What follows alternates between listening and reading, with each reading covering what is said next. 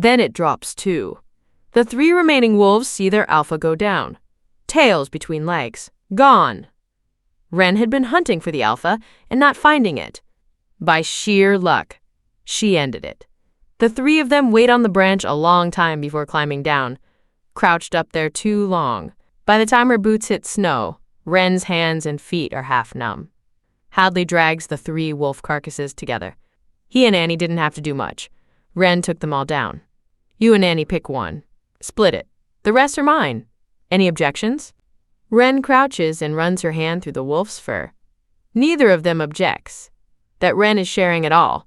Annie looks at her with open gratitude. Wren, you're so good. I think I'm in love with you, Annie blurts.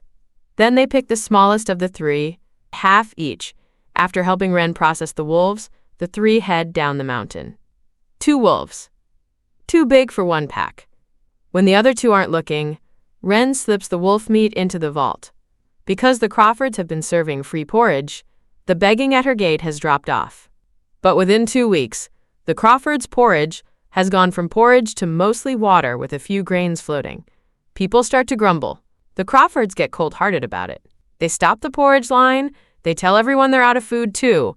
But these people don't believe that. One day hungry, they can swallow.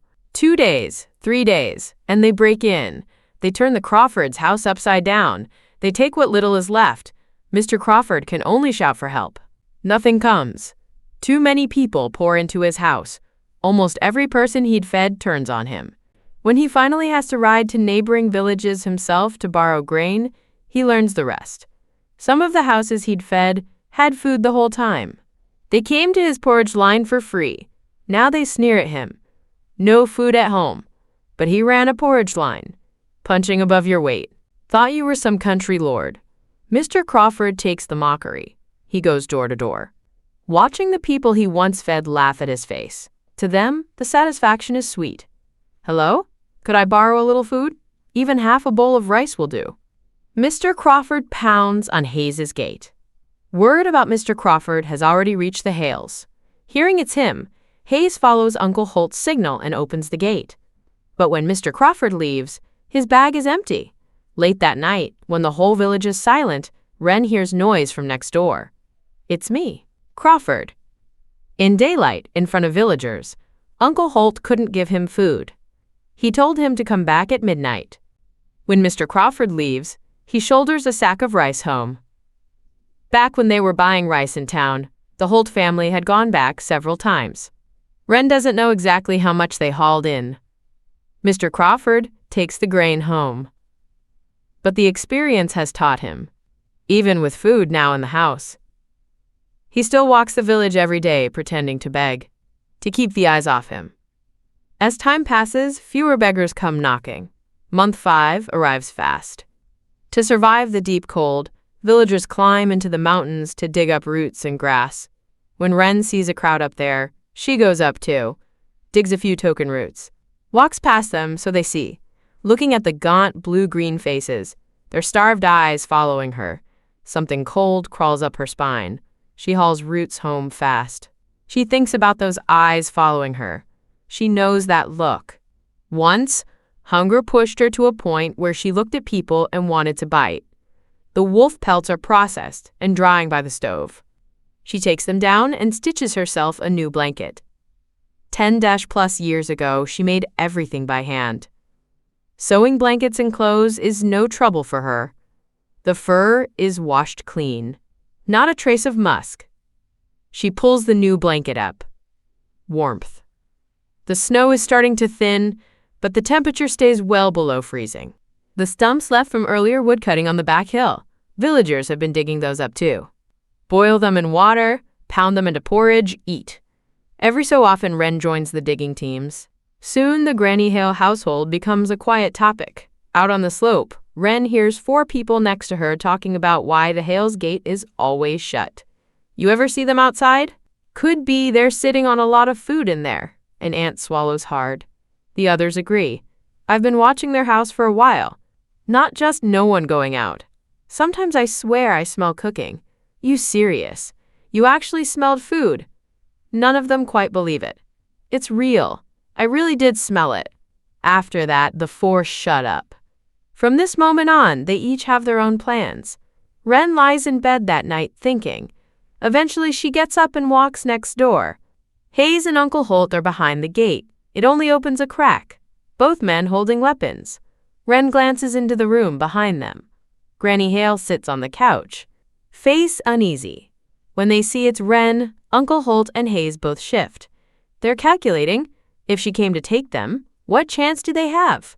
Uncle Holt: if you have the time tomorrow, go up the mountain. Dig a few roots. Don't stay inside all the time. She finishes, turns, walks away. She moves so quietly that Granny Hale doesn't even know who came. Hayes: who is that, this late? Granny Hale asks. Her 3 small grandchildren sit silent beside her. Just someone passing, Granny. Get some sleep. Neither man tells her the truth. Once the old and young have gone to bed, Linnea, Hayes, Uncle Holt, Aunt Tessa sit around the stove. Low voices.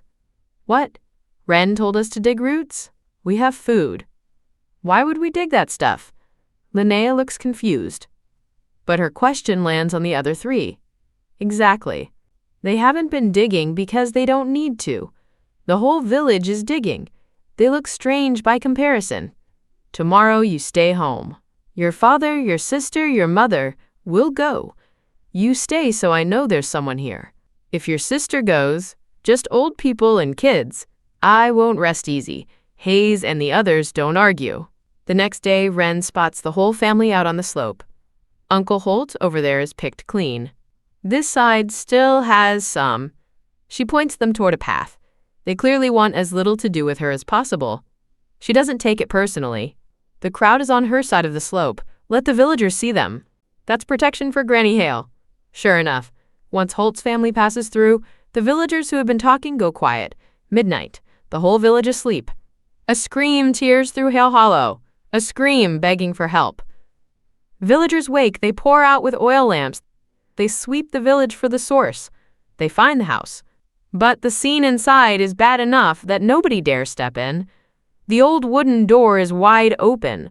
An old woman in a black homespun dress is face down across the threshold. Her hat lies beside her, boot prints scattered on the ground. Behind her skull, a dark stain. Pink fragments mixed with the crimson. Her clothes are disturbed but show no other wound. Wren looks at the boot prints on the ground. The killer's tracks have been trampled by villagers crowding in. Impossible to read. Granny Wallace, who would do this to her? To an old woman. Why was Granny Wallace alone? Doesn't her son and daughter-in-law live with her? The villagers murmur, but no one is brave enough to step over the threshold. Not until the old village head arrives. Go on in. Take a look. He sighs, tells his son. His son stares down at the dead woman. Fear behind his eyes. But he moves. Step by step, he edges past Granny Wallace. The light from his oil lamp throws shadows on the walls inside. He steps in. Then he screams and bolts back out. He drops to his knees in the snow. White as paper. What's in there? The village head's voice goes flat. With no tobacco left to smoke, he just rubs at his chin. Inside, they're all gone. All of them. All gone. His son can't stop shaking. Now the braver men in the crowd push forward. Once they see what's in the house, every one of them sucks in a breath. What evil! What evil! Whole family of them. The animal didn't even spare the boy. The village head calls a few men forward to carry the bodies out. 5 in total, 2 elderly. Granny Wallace's son and daughter-in-law. And a grandson. Not even 7. All of them with skulls crushed. Faces unrecognizable. Wren looks at the wounds.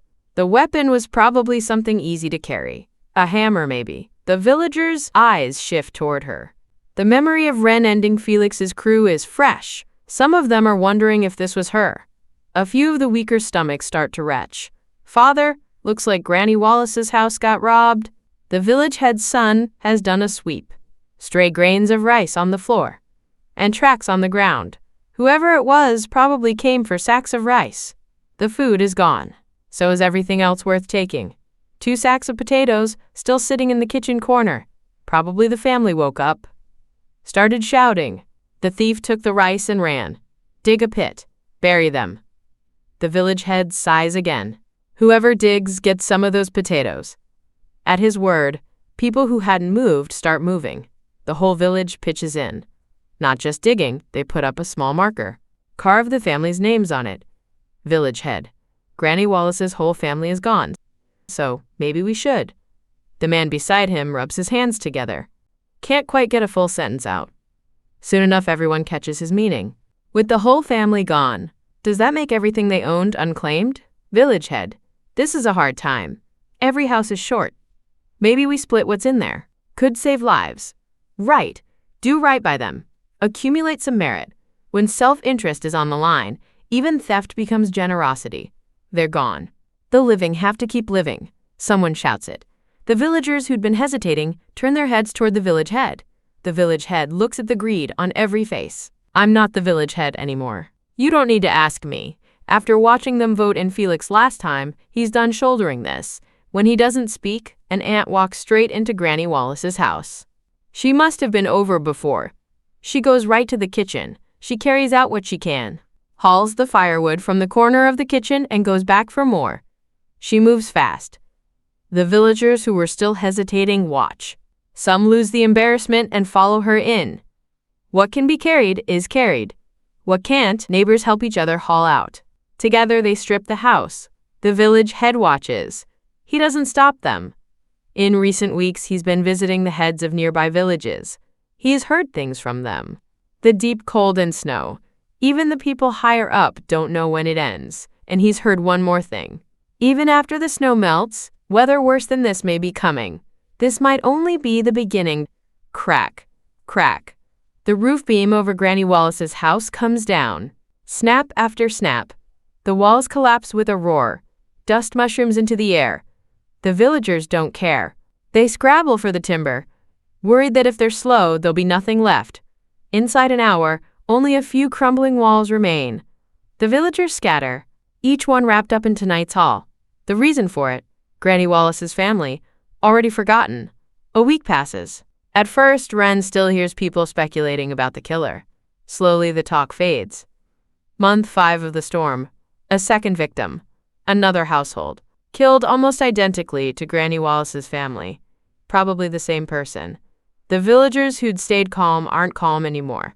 At first, they'd thought Granny Wallace's family had made enemies.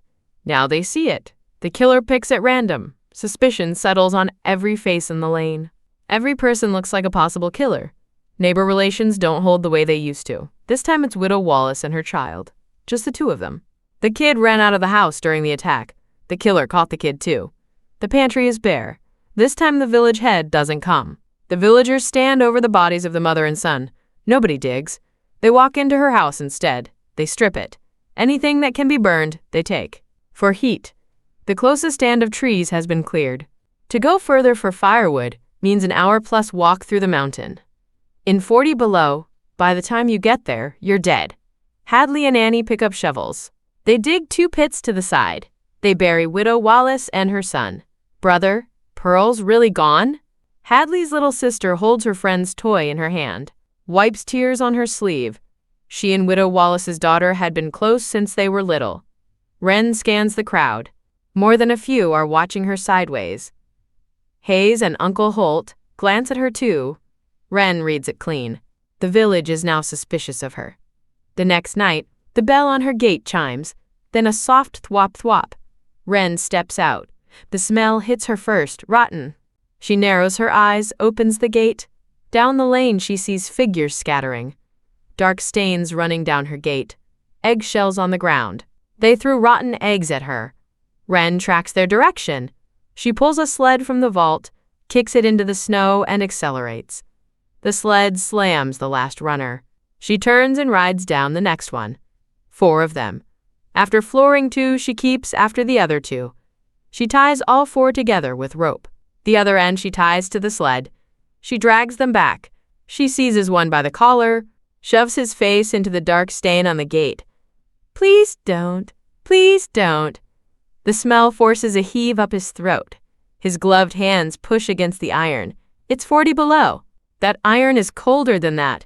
If his face touches, It tears skin. All of you, lick it clean. Wren stands beside the gate. The rot of the eggs is overwhelming. The 4 look at the blade in her hand, trembling. One tears off his sleeve and starts scrubbing. The other 3 follow his lead. Scrub! Why did you come to throw eggs? Wren shines a flashlight in their faces. She files the 4 faces in her memory. Village says you killed for grain.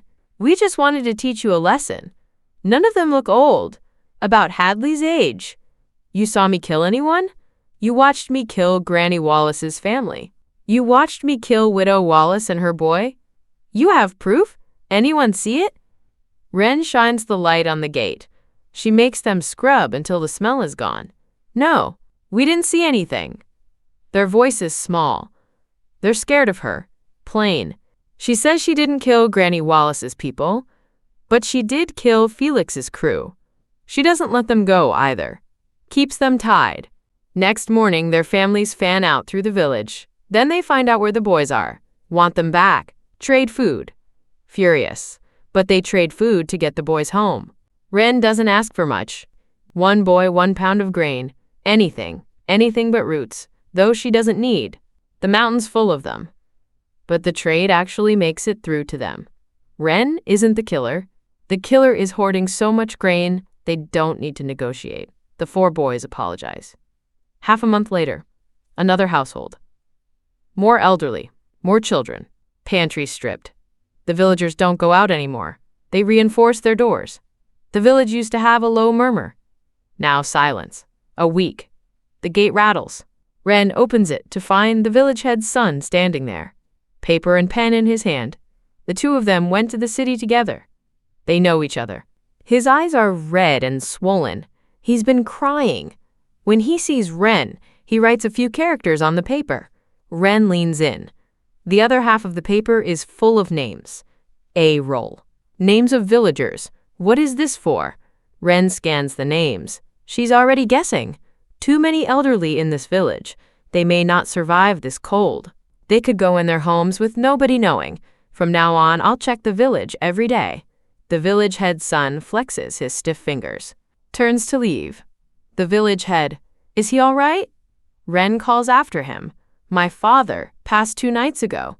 He chokes back a sob. Before he went, his father had given him instructions. Visit the old people every day. One of them. The old village head is gone. Wren isn't surprised. As the cold deepens, the old ones with chronic illness can't keep up. Cold like this, every old condition flares. 3 in the afternoon. The village head's son comes back with 3 young men. After a day of door-to-door, he's found 4 elderly already gone, all 4 with no children present. Died in their homes with nobody knowing. Nobody else in the village will help. He's come to Wren. Help us handle the bodies. We won't make you do it for free. There's grain in it. Fine. Wren follows them out. Grain is grain. She'll go. Her reputation is what it is anyway. 4 elderly. 2 couples, actually. Their children all working far from home. Couldn't get back when the snow sealed the roads. She pushes open a thin wooden door. 2 old people in bed. A small coal stove beside the bed, full of cold ash. The room has no warmth in it. Damn. A man steps up and lifts the blanket. Skin showing through. Dark mottling crawling over both bodies. Because of the cold, the bodies haven't broken down. But there's a faint smell. Wren knows the smell of the dead. The men slap hands over their noses. One walks straight back out. I'm done. Find someone else. He's fighting nausea and fear. Another young man follows him out. The 5-person team is now 3. What do we care about these 2? Let them rot. Someone offers. The village head's son shakes his head. Signals. If you want to go, go. He doesn't go. Probably no food left in his house. 3 of them dig a pit. Wren takes the legs. The other man takes the upper body. They get the bodies out and buried. After handling all 4, she walks home with 3 pounds of rice, 2 pounds of potatoes, and a bundle of dried firewood. Worth it. The old village head must have given his son this duty so every elder in the village could rest under the ground. The grain Wren's getting, probably what those two old people had left. By the time she's home, it's late afternoon. Sky gone iron gray. Wren carries the grain. After a few steps, she realizes she has a tail. Whoever it is, careful. Counter-surveillance trained. Distance kept wide. Most people would miss it. Wren isn't most people. The moment she clocks it, she doesn't slow. She just glances sideways at every turn. She finds his position with her peripheral vision. She acts normal. Opens the gate. Walks into the yard. But she doesn't shut the gate all the way. Through the gap, she watches the dark shape behind her. Too dark to see his face. By the build, it's a man. Powerful one. He moves step by step toward her wall. Looks around. Then circles around to the back of the courtyard. Crouches in the drift at the base. She acts oblivious. Drops her grain inside. Scrapes a chair across the floor on purpose. For him to hear. She lights the oil lamp. Then she pinches the wick low with the scissors. The room dims. Still enough to see. She pulls a mannequin from the vault. Wig on top. Lays it under the blanket. She makes water sounds, turning a faucet. She wants him to think she's washing up. But she's standing behind the door of the side room. The side room is for firewood. She listens. Sure enough, faint sounds from out back. He's climbing the wall. 6+ foot wall, and he's coming over. Means trained. His counter-surveillance is sharp too. Some kind of experience. Wren doesn't take chances. She pulls the handgun out. She stands in the dark behind the side room door. Two-handed grip. Breath slow. Half an hour. He must be done waiting. The lock on the front door rattles. He can pick locks. The lamp is already dim. The front door eases open. He slips in. The warmth in the room hits his frozen body. He sees the lump on the couch. Hammer in his grip. He moves toward the bed. Thud. The hammer comes down on the long hair on the pillow. The shower of brain matter he was expecting doesn't happen. Instead, a hard pain rips through his back. Trap. He reacts fast. Almost instantly, he turns toward Wren's position. Gun. His eyes go wide, but his feet don't stop. The hammer swings toward her. In that second, Wren sees his face. Familiar. Village man. She's seen him somewhere. Can't place him yet. Heart shot. She doesn't hesitate. She pulls the trigger. The blast pulls every neighbor in earshot. They cluster outside her gate. What was that? Did you hear that? Anyone hear that? Hayes knows she has the gun. For Wren to fire it. Whoever was here was dangerous. The man's eyes are wide, open. The hammer falls beside him. Wren hears the noise outside the gate. She slides the gun back into the vault. She grabs his ankles, drags him out. Hammer with him. When the villagers see her dragging a man out, they crowd in. That's Norris. Isn't that Norris? An ant recognizes the face and shouts his name. What's he doing here? Look, is that a hammer? A few spot the hammer Wren dropped on the ground. Starting with Granny Wallace's house. Several households gone. Everyone killed with a hammer. You don't think Norris was the killer. Speculation in the air. A couple shoves through the back of the crowd. When the wife sees her son with no breath in him, she clutches her chest and drops to her knees. Ah, my son, Norris. The wail rips through the village. My son, kill me too. She shrieks at Wren. Loss of a child has taken her breath. Her sobs come in broken pieces. Her right hand slams into her chest with every cry. Then she goes limp for a moment. The husband kneels beside her, looks at his son, slowly picks up the hammer. You bitch. I'll kill you. Norris's father swings the hammer at Wren's head. The crowd shrieks. Wren has the handgun up, one shot in his shoulder. Hammer drops into the snow. He drops. Go ahead, kill me. Or, you two tell the village what your fine son was doing. Wren bends and picks up the hammer. Up close, you can see the dark stain on the head. Some has worked into the metal. What's going on? The village head's son pushes through the crowd. Since his father passed, the village has been leaning on him. Wren tosses him the hammer. Take a look yourself. Bring people to his house. There may be more surprises. Norris's mother is still drowning in grief. The moment they say, "Search the house," she snaps back. "No one's coming in my house. You have no right. This is illegal." Norris's father pushes through his own pain to block the villagers. The more he protests, the more they're sure something is hidden inside.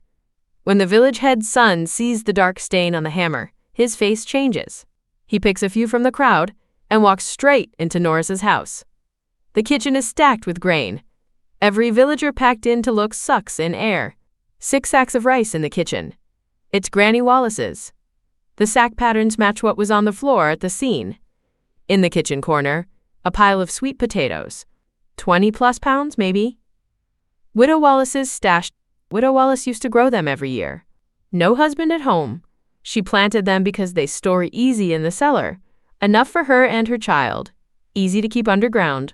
A string of dried corn, several sacks of flour. That looks like the Hayward family's. Old Hayward's pantry was another house that had been hit later. Everyone in this village is one big web. Even with those people gone, the relatives are right here. Granny Wallace's and Widow Wallace's surviving kin charge back in. A woman grabs Norris's mother by the hair, drags her through the snow. "Your son's gone? You want to be gone too?" "Not happening.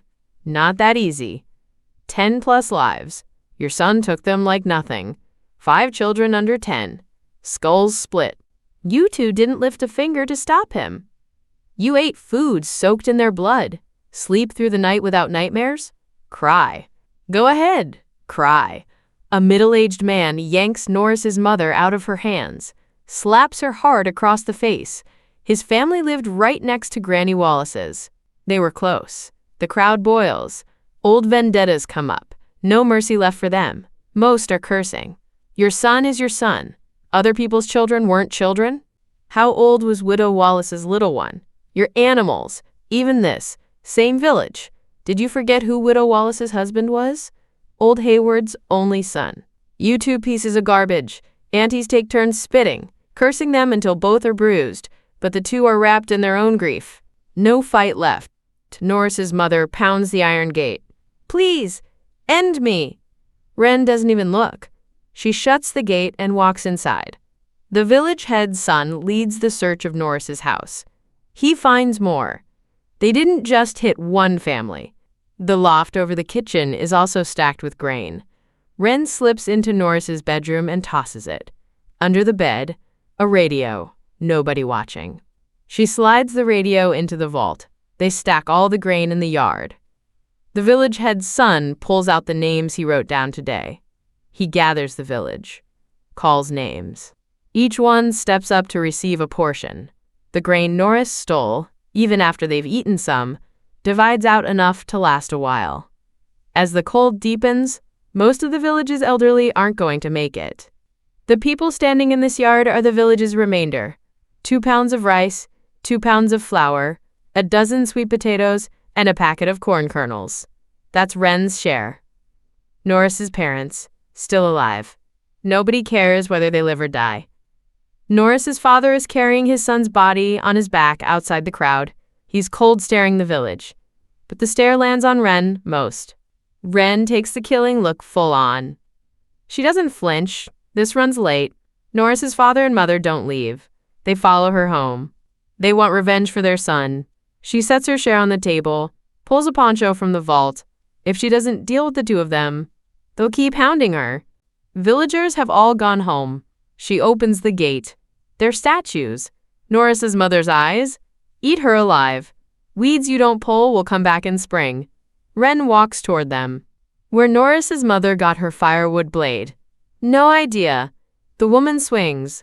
Wren steps forward. Leg-strap dagger slides out of her sleeve. She slips the strike. The dagger drags across the wrist, holding the blade. The padded sleeve tears. Stuffing puffs out. Pain shoots up the woman's arm. The firewood blade drops. When her son's death is in front of her, she howls. Now, with her own death in front of her. Fear surges. She's not ready to go yet. Wren moves fast. Almost before the woman can react, her throat is open, crimson out. She drops. Her eyes stay locked on Wren, disbelieving. You took part too, didn't you? Wren looks at Norris's father.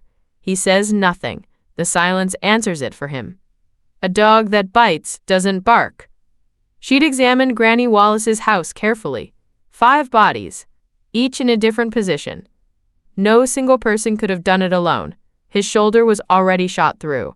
The cold has frozen out the feeling in his arm. He's got no strength left to fight. Hearing her now, shock on his face. Doesn't matter. End it. The first time he took a life, he knew his turn would come. Wren doesn't waste words.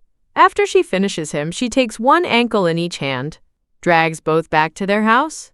Because the village got a good share from Norris's house, the villagers eat carefully. Stretch it. They make it through another stretch. But good times don't last. No matter how much food, eventually it ends. A month plus later, they're climbing the back hill again. Digging roots, but it's -60 out now. The villagers don't have proper cold gear. The earth has frozen hard. Digging takes longer and costs more energy. Who can stay outside in this for more than an hour? Nothing to eat. The firewood for heat is gone too. The village head's son tells everyone, find close family, group up. One fire warms more than one person. Villagers start moving. They find their kin. They pool firewood and food. Share a single room. Only Wren. Nobody in the village dares come to her. Who lives next to a killer? In their heads, Wren is no different from a killer. But because of the village head's son's call, the Hales next door come into the spotlight. Granny Hale has another son, besides Uncle Holt, living in the village. The next day, the younger son and his wife bring firewood to the Hale house. The younger son and his wife aren't lazy. They're hard workers. They bring a lot of firewood. Wren does the math. Thought burned carefully. 2 more months. Enough to make it to warmer weather. But Uncle Holt blocks the younger brother's family at the gate. Won't let them in. Wren understands why. They bought too much rice back then. With everyone here starving, if anyone knows they still have food, she can imagine what happens next. Brother bars brother at the gate. The village picks up on it fast. Even details people usually wouldn't think of. Now they pick clean. Right? Anyone see them out digging roots? Once or twice, maybe? Around the fire, a dozen pads on the floor, 20 or so villagers in one room, whispering. I only saw them once or twice, too. Maybe when we went together. Yeah, that's right. Yeah. They only went 1 or 2 times. Pulled up 4 roots. Family that big, 4 roots are getting them through 2 months? I haven't seen them on the slope in 2 months either. A long look passes around the circle. Few days ago, Uncle Holt's brother came with firewood for their mother.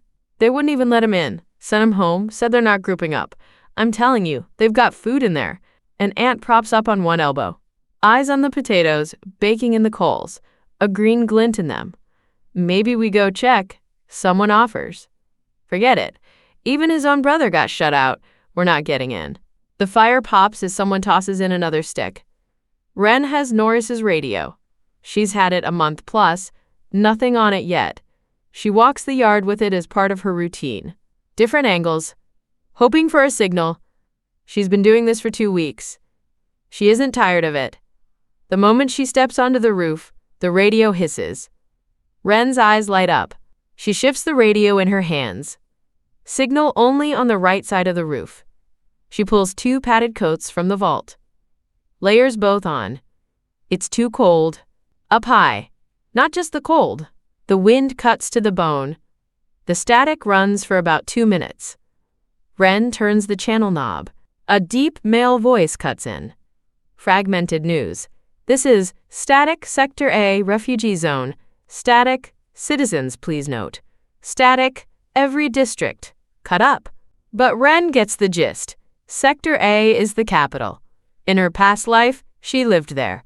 The relief didn't reach her until after the heat wave began. But inside the refugee zone, you were safe enough. Life was guaranteed. Citizens of Sector A, static, those closest to Mount Phoenix. The broadcast tells Sector A citizens nearest Mount Phoenix to make their own way there. People too far away can only wait for rescue. With this many refugees, when rescue actually comes, no telling. In her past life, there were no radios in the dorm. Even when news of refugee zones did get through. Without proper cold gear, without enough food, getting yourself to a refugee zone was harder than reaching the sky. Sector A is the capital. Their news is always fullest. Wren listens. Once the refugee zone segment ends, the broadcast moves to the coming weather shift. Temperatures have dropped to -62. But please hold on. No matter how hard, no matter how cold, you must hold on, because rescue teams may already be on the way. Hardship will not break us. It will only make us stronger. The announcer drops a few morale lines before the meat of it. Per expert projections, the cold front will continue for the next 3 months. Please ration supplies. In addition, experts predict that after the snow melts, more extreme weather will follow. For your safety, please make your way to your sector's refugee zone. In closing, may all survivors live to see. After the Sector A broadcast ends, Wren turns the knob. A dozen channels later, she finds Sector K. She thinks back. Norris must have heard this same broadcast. That's what set him hunting. She must be inside Sector K airspace. The signal is clean. No static. The Sector K music underneath is light and easy. Up on the roof, freezing through both coats, she's not enjoying it. The broadcast has been running a while. It's near the end now. This is Mount Whitethorn Refugee Zone, Sector K, survivors of Sector K. Wherever you are, if you're still alive, find a way to Mount Whitethorn. In other news, Rescue Team 3, that's the team headed for the outskirts of Brookhaven. They were caught in an avalanche. All contact has been lost. Residents of Millwater, if you receive this message, take note. The rescue team's last known position is west of Millwater, a place called Mount Whitethorn. If you attempt a rescue, make absolutely sure your protective gear is in order. Remember, Millwater. Wren murmurs the name. Millwater sits southwest of Hale Hollow. By snowmobile, it would take roughly an hour and a half, and that is pushing the throttle the entire way. She switches off the radio. From the house next door, broken fragments of conversation drift through the walls. Still plenty of people over there. She stands, working the stiffness out of her limbs, and climbs down from the rooftop. The warm room pulls the cold out of her body 1 degree at a time. Inside the small room, 2 coal stoves burn bright. The dried fruit laid across the iron grate is ready to collect. While tidying up, Wren picks a strip of dried mango off the grate and puts it in her mouth. The sour-sweet flavor floods her with saliva. She selects a few more varieties and sets them on the grate to dry, then sits beside the stove, eating and warming herself at the same time. The sheepskin-lined cloth gloves on her hands are still stitched from the same scraps she gathered weeks ago, but the constant heavy labor has worn them thin. Hands cracking pine nuts, Wren listens to the sounds from next door. "Hey there, young man. Is your dad home? I'm just dropping by to chat, that's all. Your dad and I go way back. Years. I used to hold you when you were a baby." "That's right, I held you too. Blink once and look at you now. So tall. Way more promising than the brat at my place. Come on, kid. Why don't you invite us in?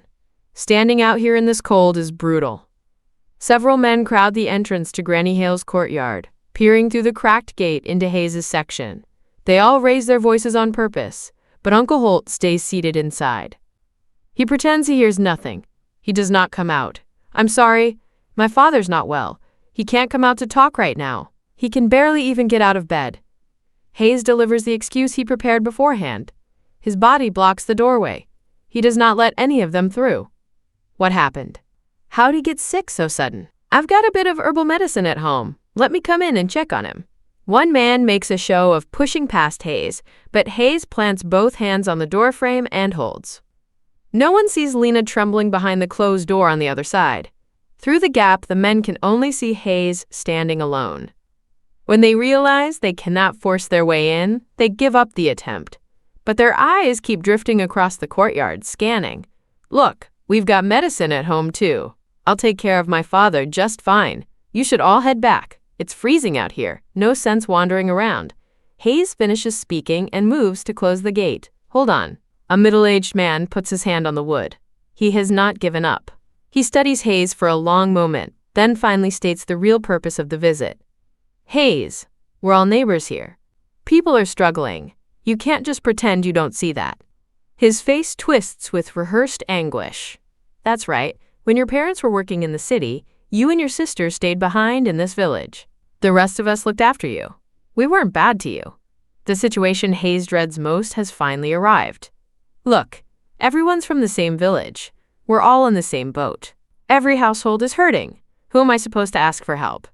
Hayes deflects without ever saying the word no. It is not that he does not want to help. He simply cannot.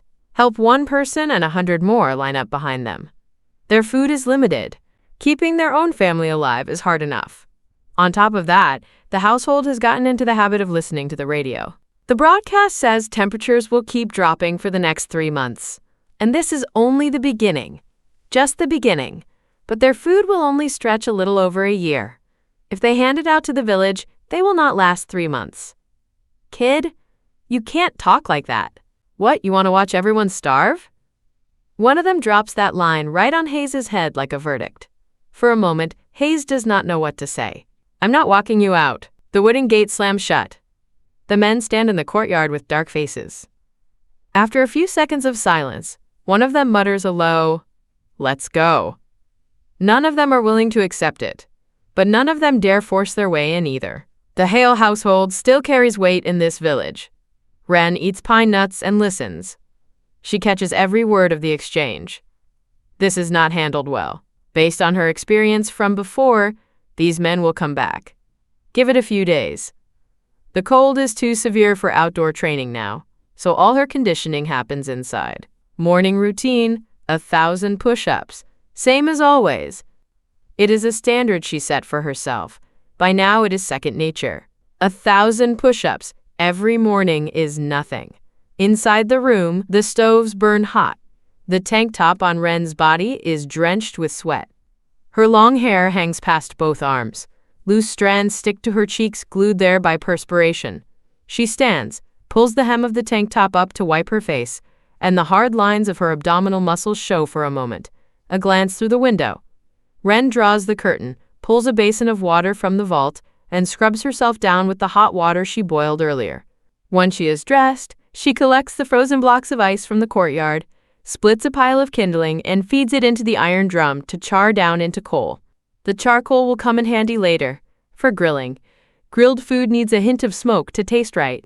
Most of the village is starving now, so Wren does not dare cook anything with a strong smell.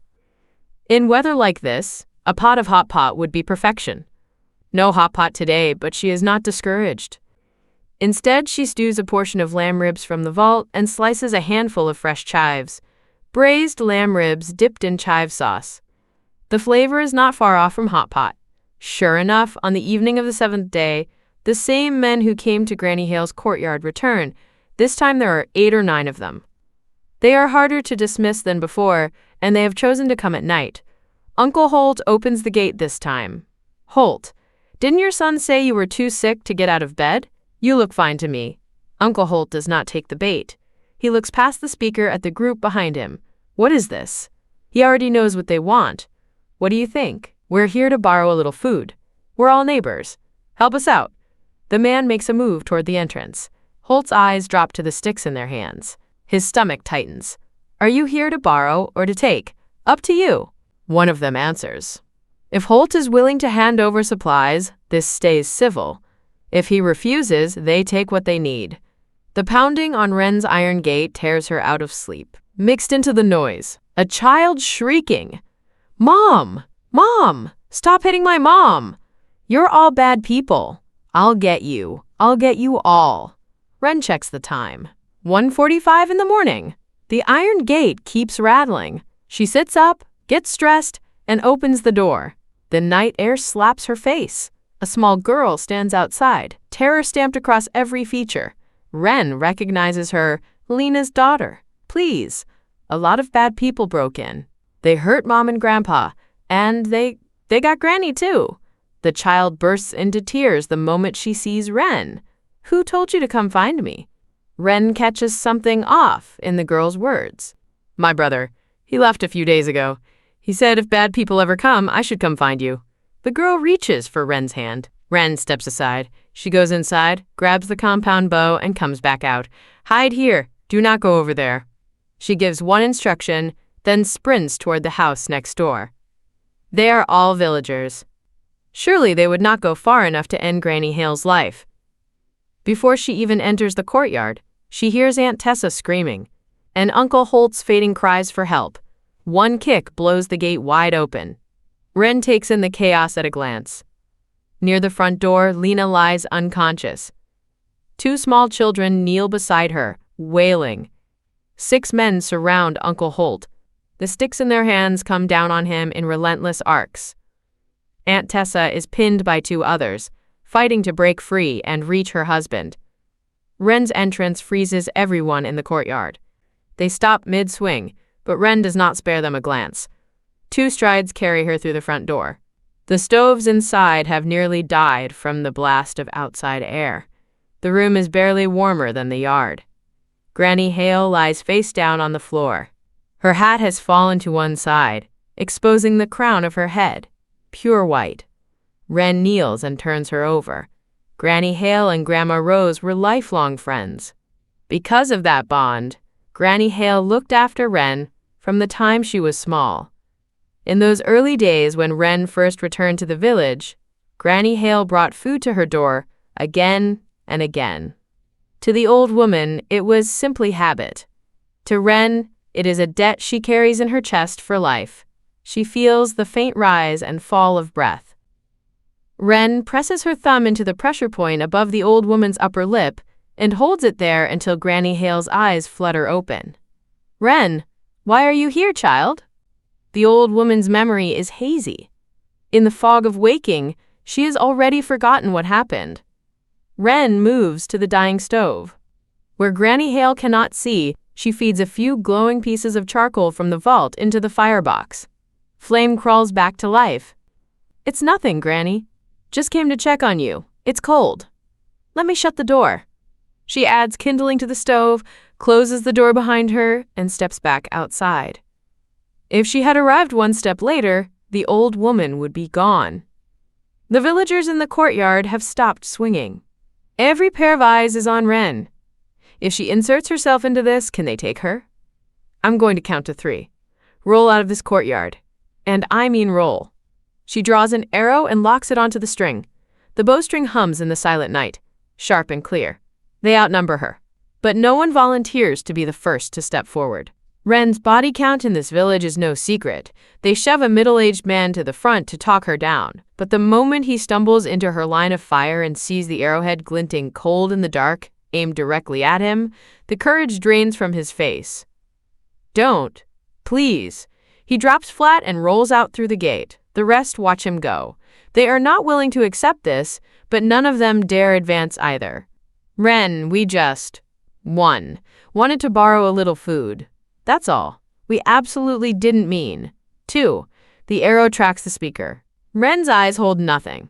No anger, no pity, no negotiation. "I'll roll. I'm rolling." He remembers those eyes.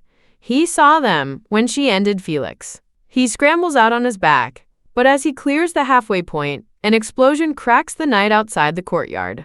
A dozen soldiers in olive drab pour through the gate. Rifles up, they flood the yard in a tight formation. Hands on your heads, on the ground. Nobody moves. Every villager in the courtyard goes rigid. Sticks clatter to the dirt. They drop to their knees, palms clamped over their skulls, not daring to breathe. Several barrels swing toward Wren. She calmly slings the compound bow onto her back and raises both hands. A familiar figure walks through the gate. Hayes. She spots the red armbands tied around the soldiers, sleeves, and understands immediately. These must be the rescue team. They are the rescue workers who were buried near Mount Whitethorn, outside Millwater. Hayes has been gone from the village for days. He must have gone to dig them out. She's a friend. "Don't worry." Hayes explains to the soldiers, then moves to Wren's side and drops his voice. "Thank you." "Don't thank me. I came for Granny Hale." Wren watches the rifles lower. Her body loosens.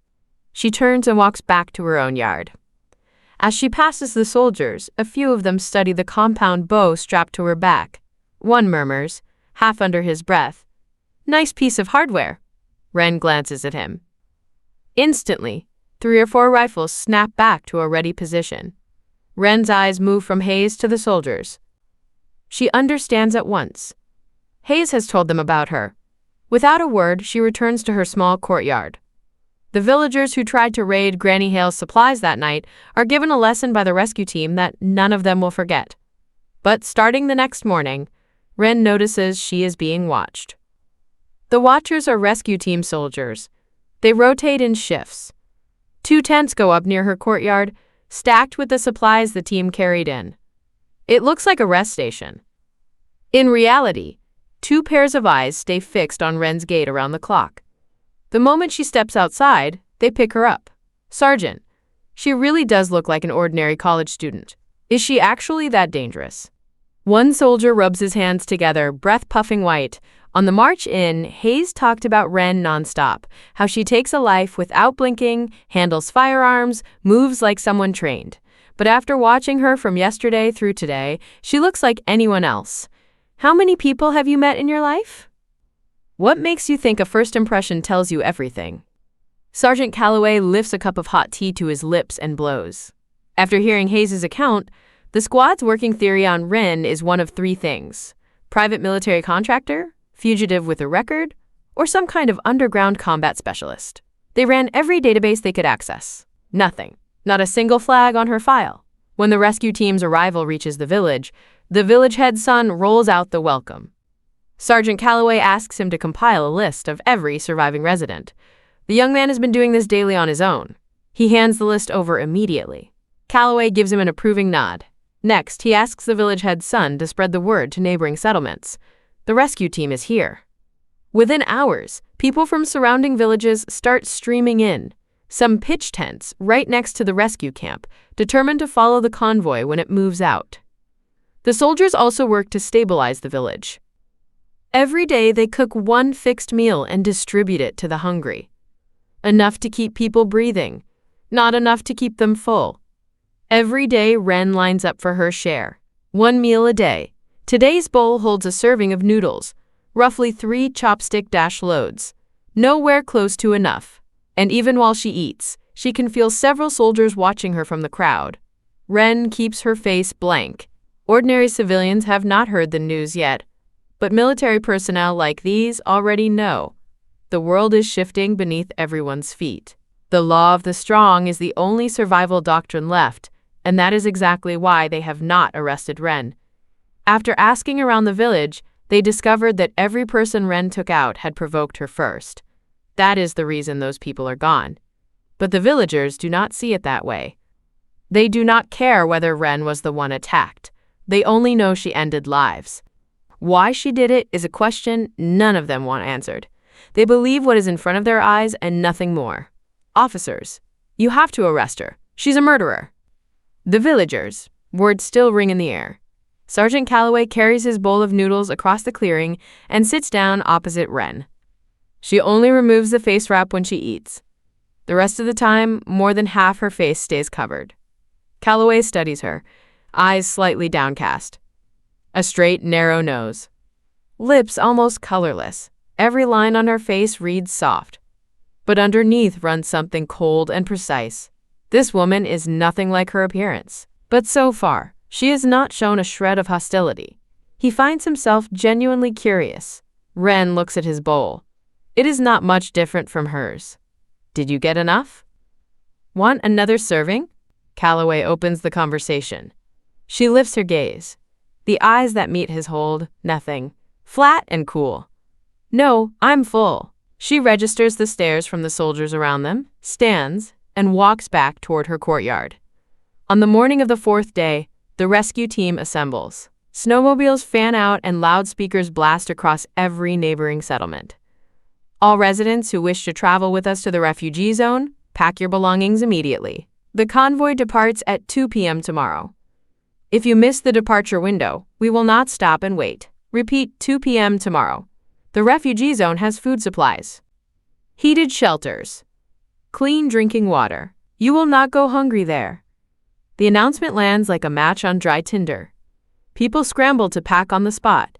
Nearly the entire village stays up through the night. They have been surviving on bark and roots for 2 months. Now every one of them pictures arriving at the refugee zone. Warm rooms, full bowls, no more counting each grain of rice. But Wren has no intention of joining the convoy.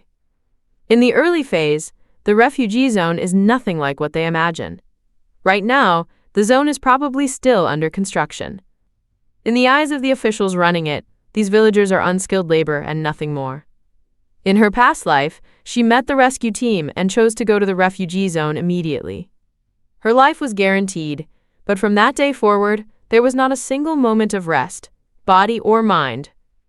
Because the zone was still being built, the scale of construction was massive. Every ordinary citizen had to work a full day to earn a ration. Nothing in this world comes free. Each type of work paid a different amount, listed on a public board. The highest paying labor was hauling bricks at the construction site. Pure muscle work, half a pound of rice, and a small packet of flour per day. That was the floor, the work most people could find. But if you had a brain, better options existed.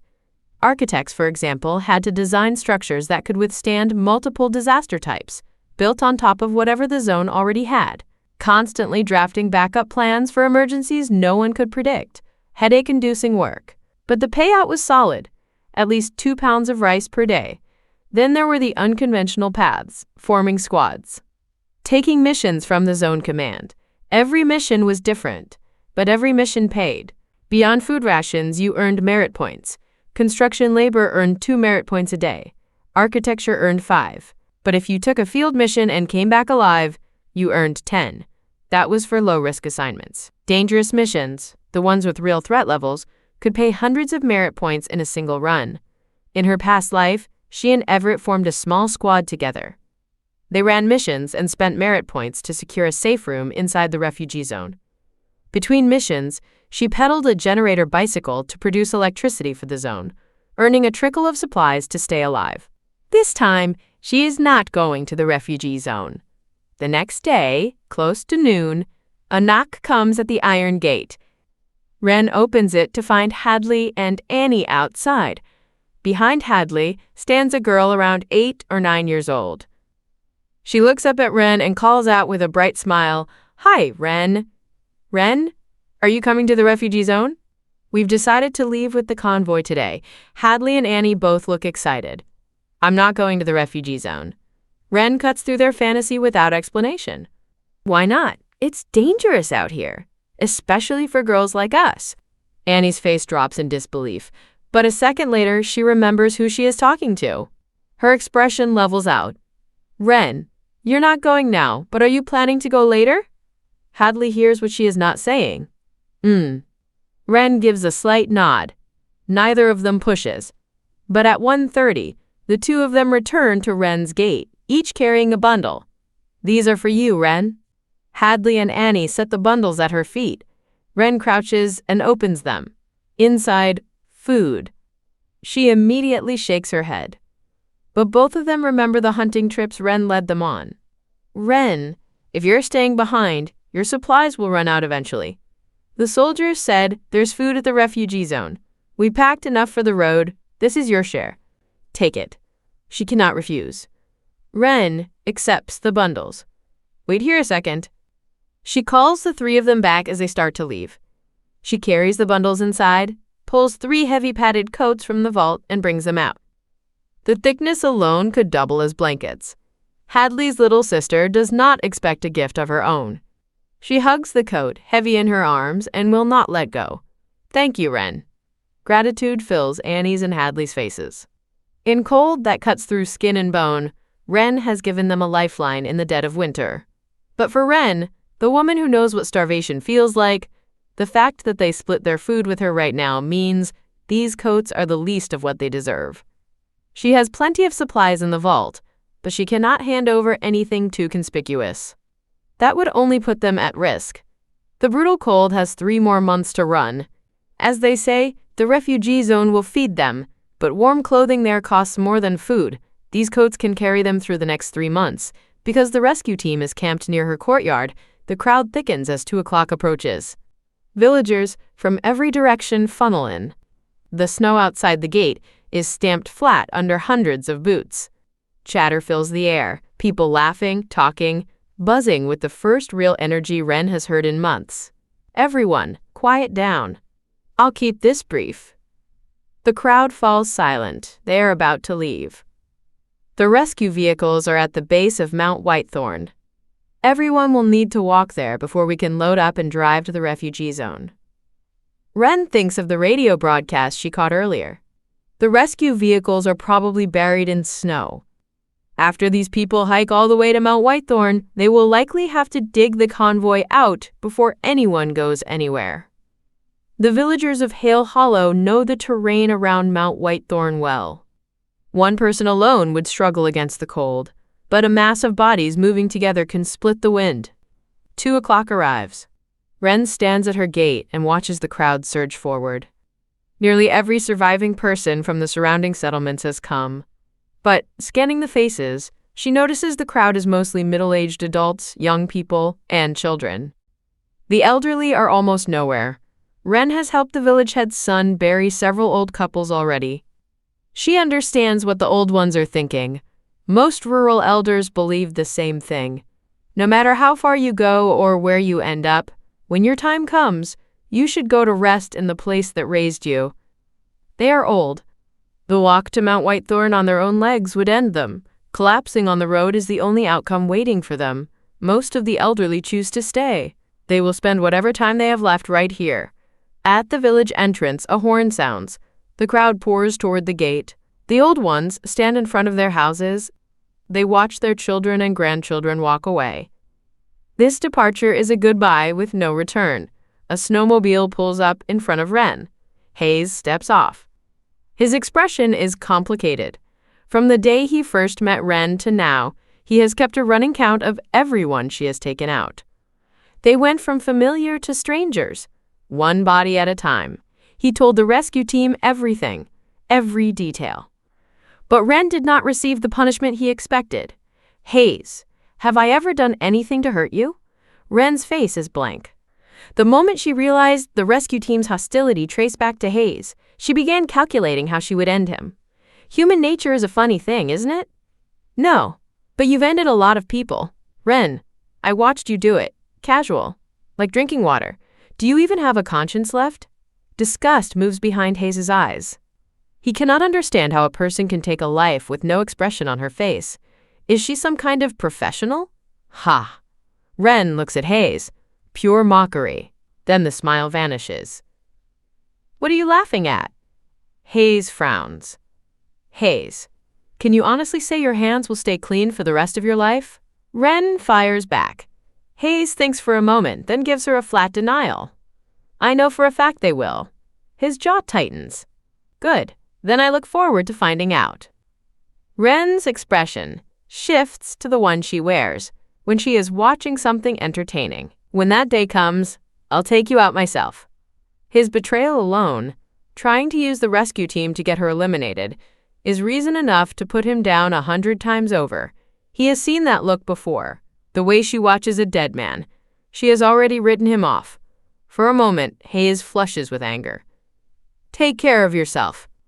He mounts the snowmobile and rides away. Wren watches the entire household leave. Uncle Holt, Aunt Tessa, Lena, and her 3 children. Granny Hale is not among them. She looks over at the courtyard next door. Granny Hale stands at her gate, leaning on a cane, staring after the column of people growing smaller in the distance. Wren walks to her and calls out several times. The old woman does not seem to hear. Her eyes burn bright, locked on the horizon. It is not just Granny Hale. A handful of elderly villagers stand the same way, each at their own door. Only when the last figure disappears does Granny Hale notice Wren beside her. Wren, child, why didn't you go with them? Hurry, catch up, you'll miss them. She gets agitated. The cane in her hand prods at Wren, pushing her toward the road. Didn't you hear what they said? 3 more months of this cold. 3 months, and then something worse after that. I'm nothing but old bones. A young person like you has no business staying here. Go, hurry. Wren sees the emotion rising and steadies her. Granny, calm down. I'm staying because I have things to take care of. Wren looks at the lines etched across her face. The old woman is nearly 80. When she realizes Wren will not listen, she has nothing left to say. Fewer than 15 elderly remain in the entire village, all of them around Granny Hale's age. This was never a large village to begin with. With the crowd gone, the silence drops like a curtain. Before, there was always the sound of children crying or laughing somewhere. Now there is nothing. The old ones left behind with no one to care for them are simply waiting. Tonight's dinner is the most extravagant meal in half a year. A bowl of spicy tomato fish stew, a plate of stir-fried chili chicken, a whole roast duck, and a dish of sautéed greens. The village is empty. The nearest elderly neighbors live far from her courtyard, so even the strongest smelling dishes carry no risk tonight. Before bed, Wren walks next door one last time. "Wren, you're here. Have you eaten? I made a bit of porridge. Let me get you a bowl." Granny Hale pushes herself up from beside the stove and hurries toward Wren. "I'm fine, Granny. Just came to check on you." Wren clicks on a flashlight and moves with practiced ease to the coal room. She fills a small bucket with crushed coal and sets it beside the stove. The old woman trusts Wren completely. She does not think twice about Wren going through her coal supply. "I've already eaten. I put this coal next to your bed. If you get cold tonight, add a little to the fire. If anything happens, call for me." Wren leaves. The coal room has enough to last half a year, but the kitchen holds only half a sack of rice and some dried vegetables. The remaining food is pitiful. Even rationed carefully, the rice will stretch just under 2 months. Back home, Wren goes straight to bed. It is the best sleep she has had in a long time, because all night, the bell on the iron gate does not ring once. Before this, many nights were broken by that bell. Every hour or two it would jangle, and the sound would send whoever was lurking outside scrambling into the dark. But once Wren wakes in the middle of the night, falling back asleep is almost impossible. After breakfast, she takes the snowmobile out.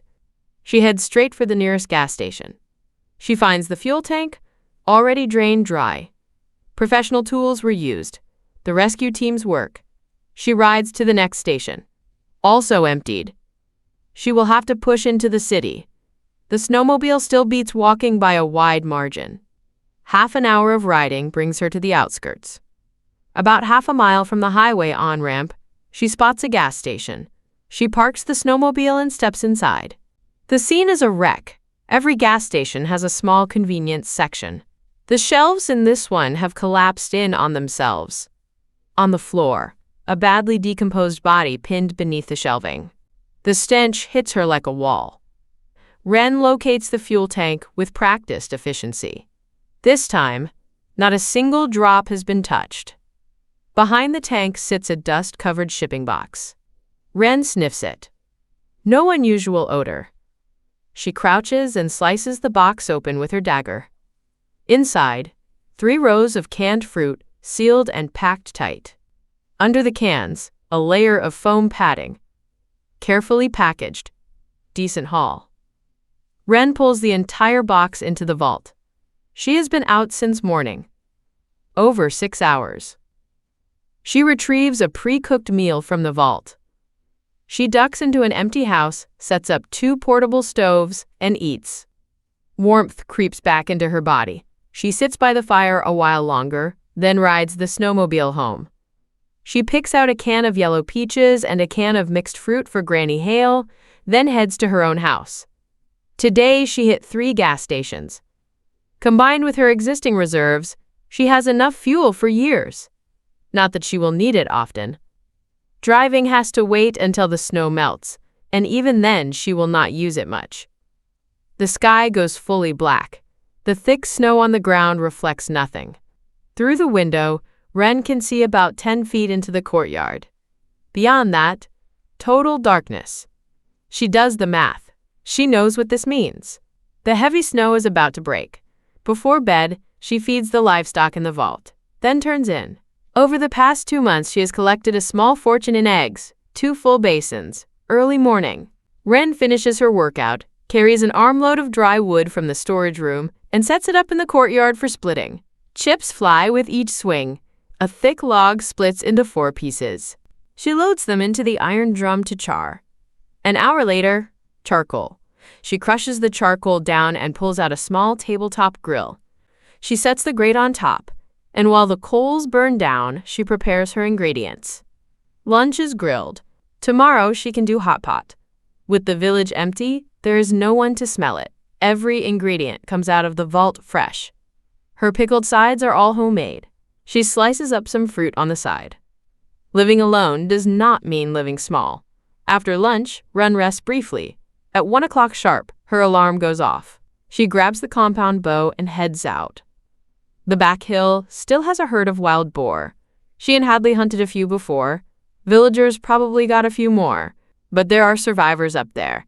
She pushes the handcart up the trail, collecting firewood along the way. Every so often, she sips ginger tea from a thermos to keep her core warm. Under the heavy padded coat, she feels nothing, except the occasional blade of wind that finds her neck. Everything else is fine. Deep in the mountain, Wren stashes the cart and takes the compound bow in hand. One arrow already nocked, ready to draw. Half an hour into the forest, she finds animal tracks. Small ones. Nothing large. Following scratch marks on the bark, she locates a squirrel colony. But there is nothing left to eat in these woods either. The squirrels are starved to the bone, no meat on them. When they spot Wren, their reaction is the opposite of fear, agitation. A dozen of them line up along a branch, staring down at her. 4 paws locked into the bark. Attack, posture. The forest is empty. The human who just walked into their territory is food that delivered itself. Months of hunger have turned them omnivorous. Wren draws without hesitation and puts an arrow through the one with the pink tuft. Front left, pinning it to the trunk. Squirrels are skittish by nature. The rest scatter the moment the first one drops. Wren pulls the arrow free. The squirrel in her hand weighs a few ounces. Not even enough to pick from her teeth. The pelt, at least, might be useful. She leaves the mountain with a handful of squirrels and nothing else. She cannot push deeper. The real danger lives further in. A daily circuit along the outer edge is enough. Coming down, Wren rides the snowmobile with the handcart roped behind. Moderate speed. She picks up more firewood on the way. The moment she is home, she strips off her gloves and holds her hands over the stove. She had stoked it before leaving. The fire is roaring now. The kettle on top is ready. She pours hot water into a basin and sinks her frozen hands in. The warmth wraps around her fingers. For one long moment, Wren closes her eyes and exhales. She does not dump the water when she is done. She saves it for the crops growing in the vault. That evening, she draws the curtains, sets up the portable projector, and picks a tsunami disaster movie. On screen, a beach, families laughing in the sun. Then the ocean pulls back. Waves stack higher and higher, crashing onto the shore in rolling sets. Then one massive wall of water forms. It swallows the children playing at the edge. The effects are cheap, but the actors sell it. Wren feels the pull. In her past life, she lived through a real tsunami in Kestrel City. The terrain there sits low. The water came for everything. Hale Hollow sits high. That particular problem will not touch her here. After the movie, Wren checks the time. She is not tired. She puts on a zombie film instead. But halfway through, she drifts off without meaning to. She wakes to a phone at half battery. She pulls a solar panel from the vault and carries it to the rooftop. It is not large. She plugs in the cable and lines up every phone she has used over the past months, charging the ones that are low. She also charges the power station. That unit will come in handy later, for the RV days pass. Wren checks the water barrel in the courtyard. The ice inside is forming slower. Before, it would freeze solid in half an hour, sometimes an hour. Now it takes a full 2 hours. The temperature is climbing. The thermometer reads -41 degrees. She collects the frozen blocks and carries them inside. Today she is up early. This day is different. Today is her birthday. After collecting the morning's eggs, she selects the largest ones and makes herself a small birthday cake. When Grandma Rose and Grandpa Walt were alive, they always bought her one just like this. After they passed, she stopped caring about the date altogether. In the 5 years of the collapse that followed, every time this day came around, all she wanted was to taste one bite of cake. She wanted it so badly. The finished cake goes into the vault. Wren hums a tune under her breath and begins pulling out ingredients one by one. Tripe, baby bok choy, roast duck, braised chicken feet. The hot pot base is a recipe she learned from a video in her spare time. The flavor matches exactly what the video promised. She adds extra ice and beef tallow. The pot comes to a roaring boil, fragrant and thick. Wren has never been able to handle much spice. Before the collapse, heavy chili was off the table. But at negative double digits, a little heat warms you from the throat down to the stomach. Before long, she is peeling off her outer layer. Sweat beads on her forehead and the tip of her nose dripping onto the table. She wipes her face, fans herself, and takes a long pull of iced Coke. Her throat opens up instantly. That's the stuff. After the hot pot, Wren cleans everything up and stretches out on the couch, rubbing her stomach. The open vent window pulls the smell out of the room fast. She takes a rare early bath. And she makes one wish, that starting today, the bad luck stops following her. The whole day, her mood stays light. She goes to bed early. Morning, up the mountain for bow practice. Noon, home for lunch. Afternoon, collect ice and snow. A blink and 1 month is gone. The thermometer reads negative 27 degrees. Wren stands and gets dressed. She stretches in the doorway. The temperature shifts every day. As the weather slowly warms, the elderly in the village begin venturing outside.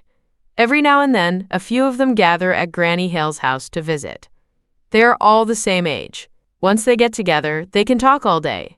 Stories from the village, the old days, the funny things that happened before anyone can remember why.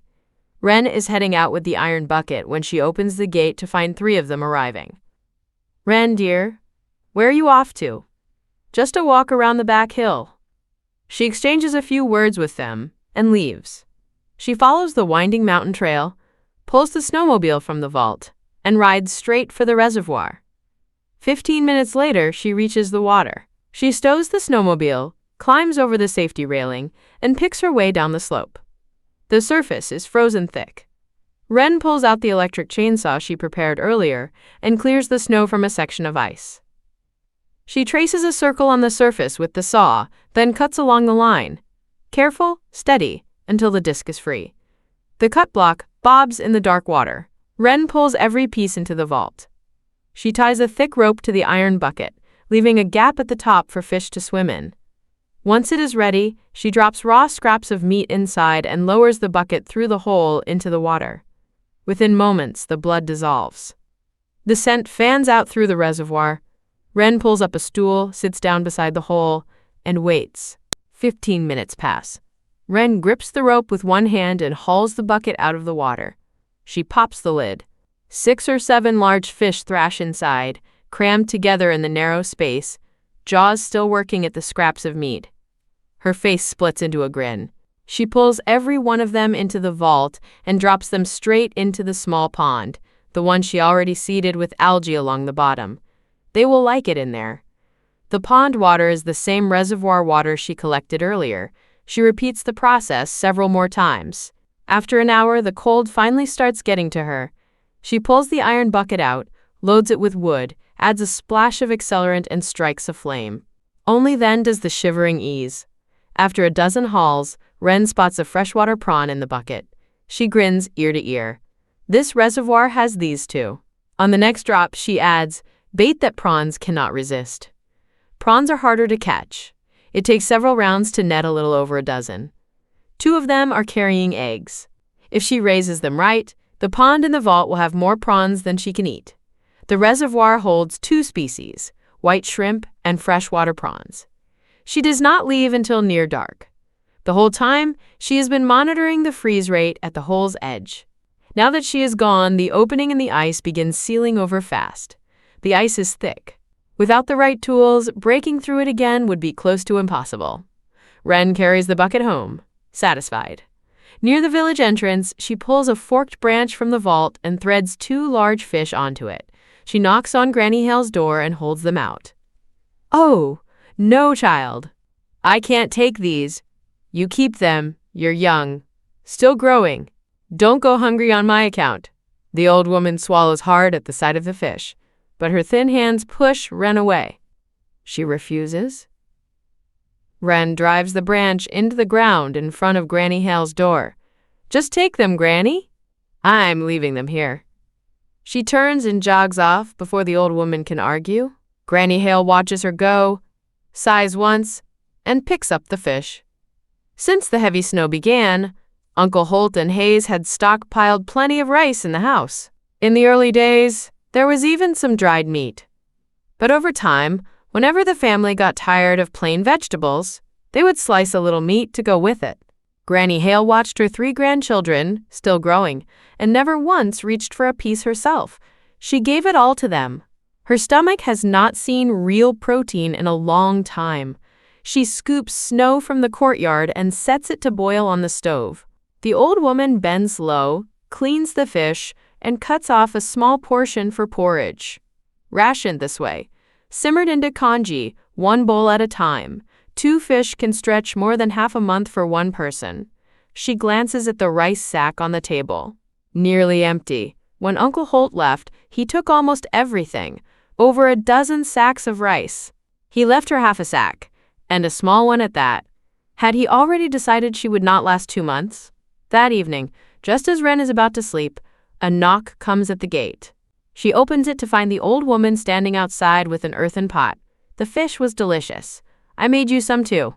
Granny Hale watches Wren take the pot, then keeps talking from the doorstep. You've grown up so well, child. A shame my sister never got to see it. Wren knows she means Grandma Rose.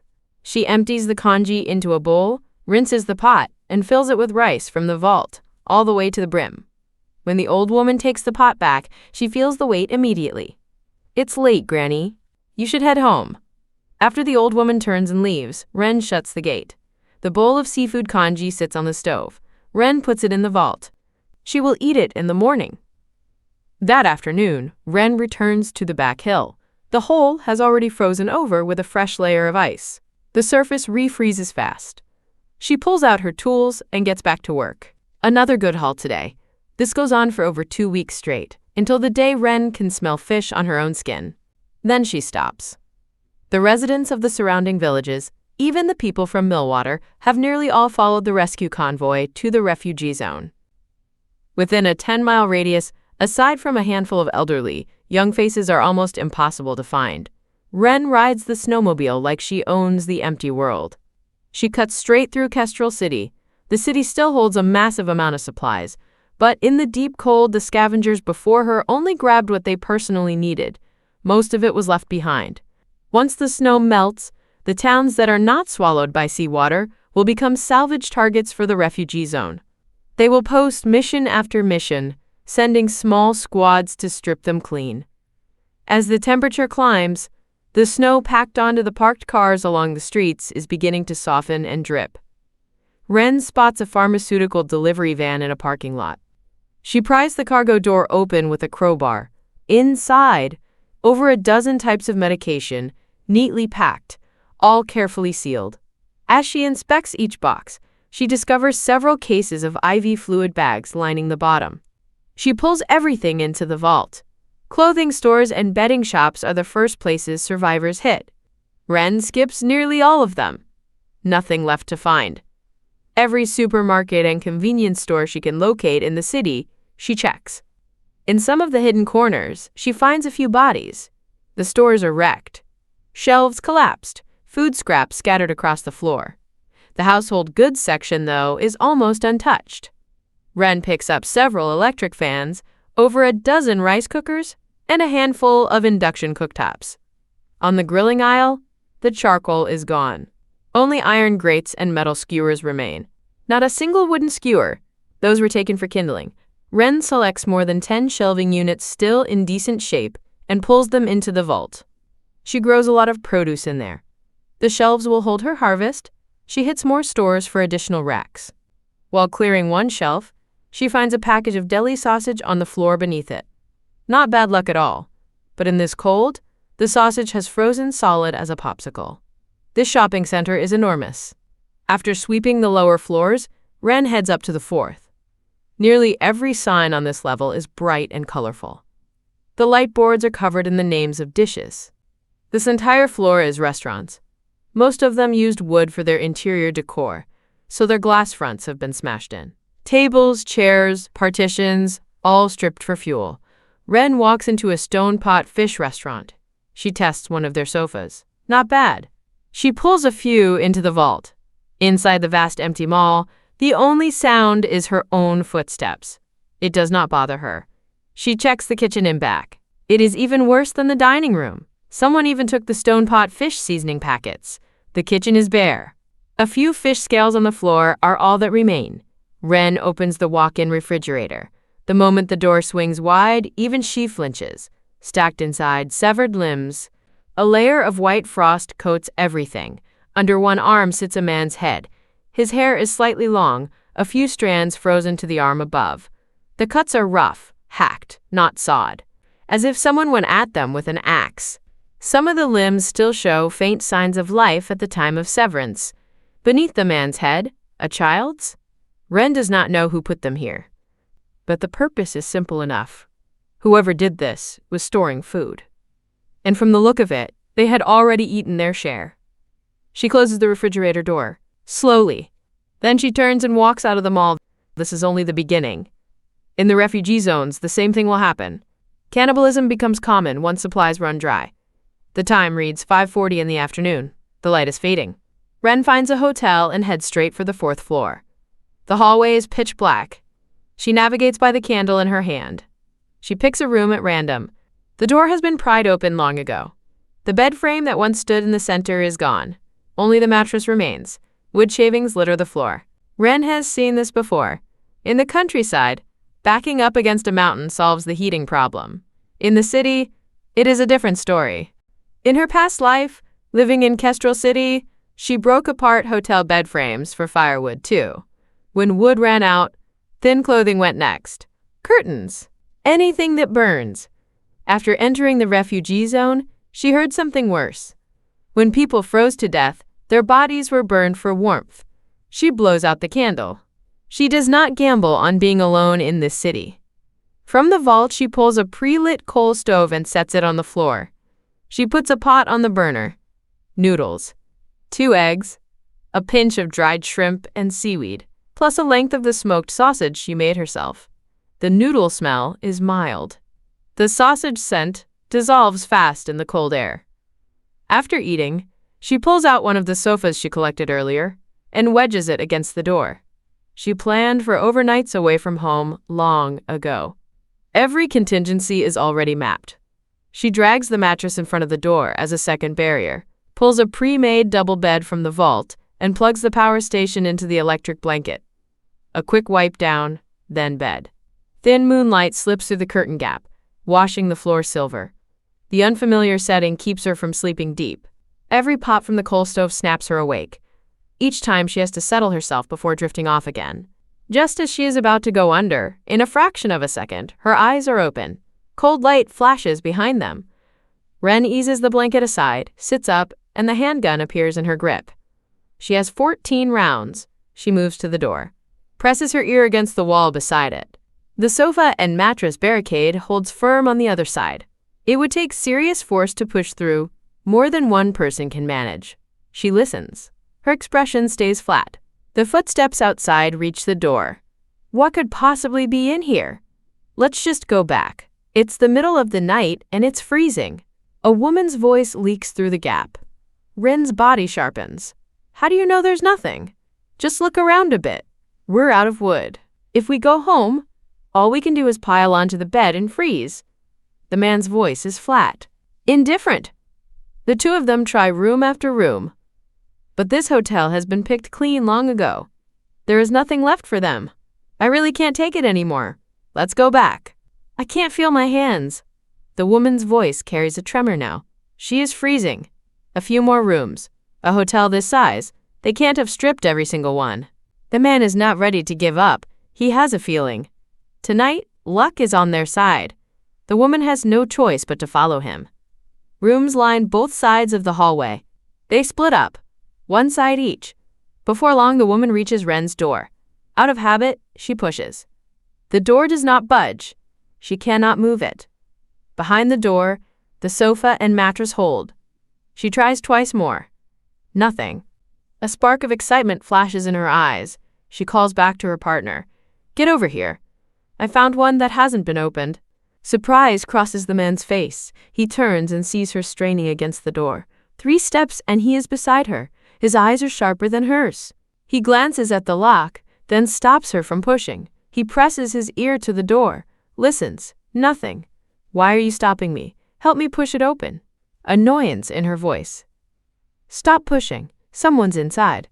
He says it loud, on purpose, for Wren to hear. Wren chambers around. Her eyes do not change. Disbelief crosses the woman's face, but she takes 2 steps back, to what she considers a safe distance. Hello. My girlfriend and I don't mean any harm. We're just out looking for something to burn. Would it be possible for us to come in and warm up? It's brutal out here. He is probing, testing to see how the person inside responds. No. Wren rolls the handgun between her fingers and answers. Low. But the moment she speaks, the man's eyes light up. Female. Young. He signals the woman with a look. She steps forward on cue. Please. We're good people. Don't be scared. It's so cold out here. Can you let us in to warm up? My hands are going numb. Please. Just let us warm up and we'll leave right away. Please. It's really freezing. Let us in. Excitement flickers behind the woman's eyes, and something else. Malice. The cold is real, but their intentions are not what they claim. My girlfriend is pregnant. If you're worried about me, just let her in. I don't need to come inside. The retreat, the concession, the sympathy play, all in one move. It does not work. Wren has no intention of letting either of them through. It does not matter if the woman is pregnant. If she showed up with a child on her knees begging at the door, the answer would be the same. Something cruel moves behind the man's eyes. He glances at the woman. She understands. Footsteps echo down the hallway. The woman announces that her boyfriend has left. She is alone now. She begs Wren to save her and the baby. She is going to freeze. Wren listens to their little performance and pushes the mattress aside. She moves the sofa to a different position. The door creaks open. Wild joy floods the woman's face. The man, posted at the stairwell, sprints back in an instant. He shoves the door wide. A wave of heat hits them both. The woman pulls free of his arm and starts to step in. They have used this trick before. It has worked on plenty of women. Once the door opens, the target is almost always easy to overpower. They get the food. They get the warmth. They throw the woman out into the cold. The woman feels the heat from the room and pushes past her boyfriend toward the doorway. In the dark room, Wren stands just inside the threshold. The black handgun levels at the woman's forehead. Every hair on the woman's body stands on end. Instinct throws her hands up. Her body stumbles backward. The cold kiss of metal on her skin makes the shaking worse. Wren's gaze slides to the man frozen beside her. As the woman retreats, Wren follows, stepping out into the hallway. She stands in the corridor, studies them both, takes a few steps back, and pulls a dagger from her belt. She drops it on the floor. 2 of you. 1 walks out alive. You have 3 minutes to settle it. If you can't, you both go. Her eyes hold nothing. Both of them stare at the dagger. Neither reaches for it. Wren checks her watch. 2.5 minutes. They look at each other. The woman breaks first. Darren, don't listen to her. We can take her together. The woman's mind races, hunting for a way out. She knows the math. In a straight fight, she loses to Darren. If she picks up the dagger, she is done. The only move is to hold Darren steady, 2 against 1. That is the only scenario where both of them walk away. Darren, calm down. That gun is fake. We're on the same side. Listen to me. Together, we can end her. But Darren studies the handgun in Wren's grip. His brow furrows. The gun looks real. You have 90 seconds. Wren's voice lands on them like a death sentence. One of the shadows moves. The man scoops the dagger off the floor. 60 seconds. Wren announces the time without interest. She leans against the wall and watches. Sasha, I'm sorry. He raises the dagger and lunges. But from the moment Wren started the countdown, the woman's mind has been running contingencies, and her eyes have never left the man. She sees the blade come up. Behind the shock, panic. She dodges the first swing, but the edge catches the padding at her waist, slicing through. 30 seconds. Fear cracks across the man's face. He does not want to die. Darren, stop. We work together. We take her out. We both live. The woman stumbles from the dodge. She hits the floor. If Darren follows up now, she is finished. Darren feints toward his girlfriend, but his real attention is locked on Wren's wrist, the one checking the watch. The instant her eyes drop, the dagger arcs toward Wren's throat. 2 shots crack through the hallway. Wren looks down at the 2 bodies. Her expression does not change. She was never going to let either of them leave alive. Cheap tricks like theirs. She has seen them all before. In another life. The faint smell of gunpowder lingers at the tip of her nose. Wren ignores the bodies, goes back inside, and sleeps. She eats breakfast in the morning before leaving. Overnight, the 2 corpses in the hallway have frozen solid. Wren rides the snowmobile back to the village. The temperature has climbed into the low teens now. The heavy padding is no longer necessary. Early mornings, Wren runs laps around the village for conditioning. The snow on the ground is slowly melting. Sometimes after a run, her shoes come back caked in yellow mud. Granny Hale's rice ran out a long time ago. Since the 13th of this month, she has survived entirely on what Wren brings her. The old woman feels the weight of it. Food is the most precious thing left in the world. In her spare hours, Granny Hale uses the yarn she has at home to crochet shoe liners for Wren. She hooks together several pairs of knitted slippers, stuffed with cotton padding. Warm enough. One morning after Wren finishes her run, she finds Granny Hale waiting at the gate. The old woman holds a black cloth bag stitched from burlap. She waves Wren over. "These are the slippers I made for you, child. Take them." Wren does not hesitate. She takes them. After dinner that evening, she checks the clock and lies back on the sofa, mind drifting. Of the elderly who stayed behind in the village, only 2 are still alive. Granny Hale and old Hayward at the West End. Granny Hale's face betrays nothing unusual, but Wren can see the dimming behind her eyes. The old woman's time is running short. The ones who have already passed were almost all lifelong friends, people she grew up with, people she has known since childhood. Watching them go, one after another, right in front of her, her will to live is fading. Uncle Holt's family is at the refugee zone now. They are not coming back for her.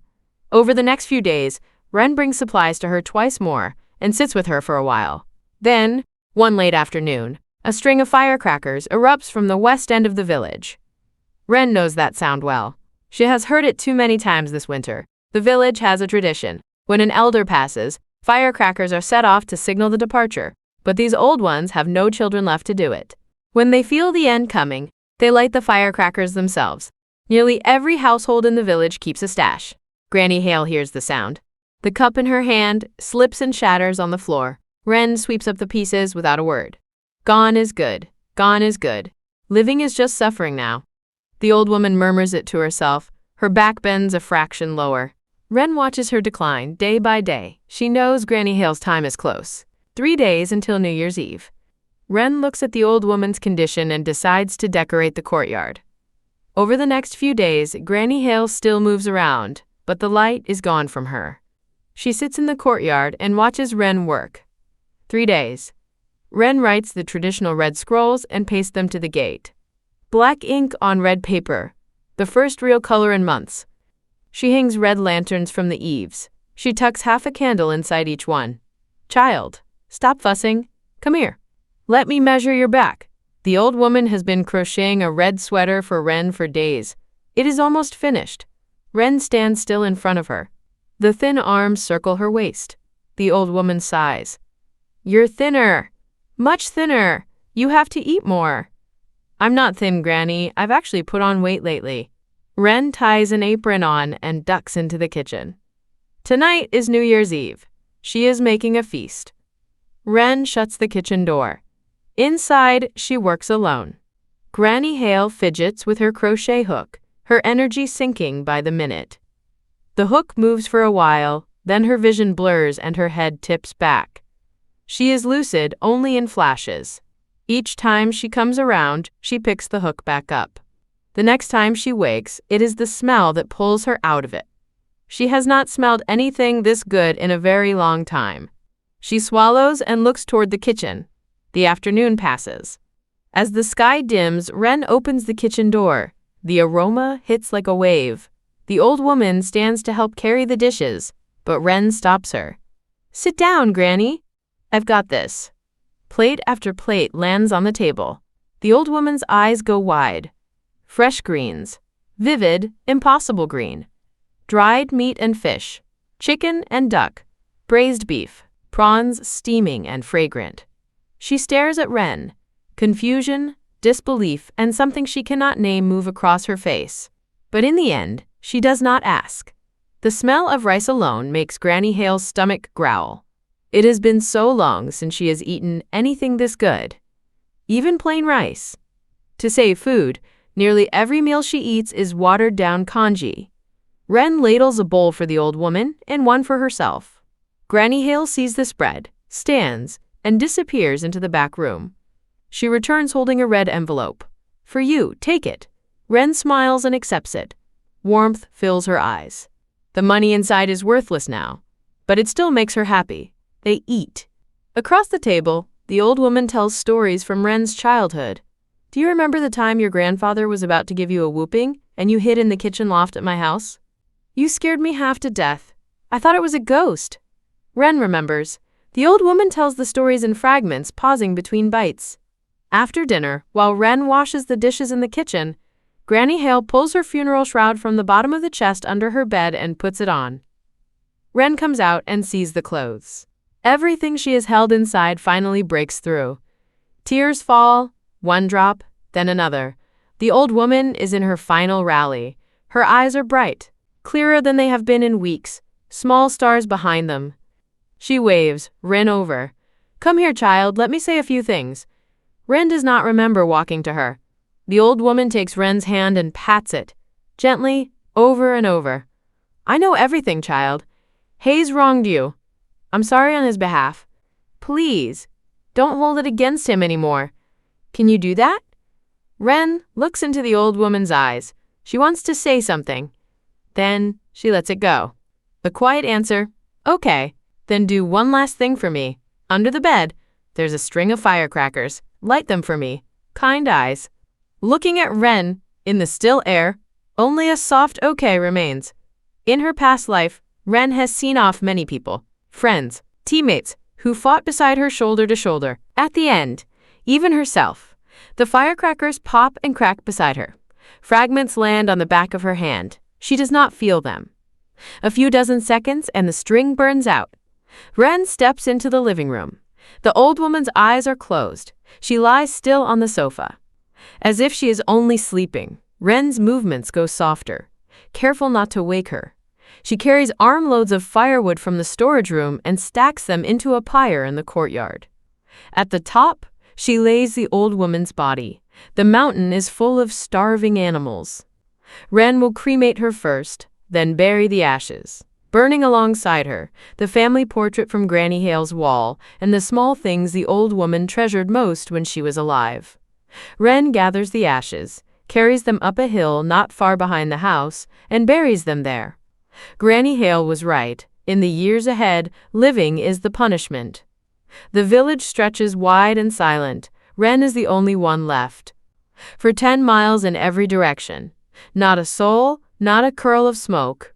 1 month later, the temperature has climbed to 37 degrees. When Wren wakes and reads the thermometer, there is no relief on her face. If anything, a flash of alarm. She throws off the blanket, pushes through the iron gate, and stops. A narrow channel cut into the hillside by nature is pouring snowmelt down toward the base of the mountain in a steady stream. The snow has melted. Quietly, completely.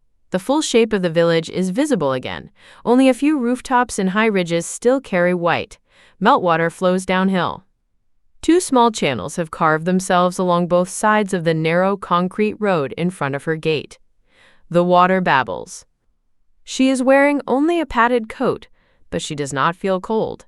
If anything, it is too warm. Wren looks toward the village entrance. The fields below are already flooded, the water line still creeping up.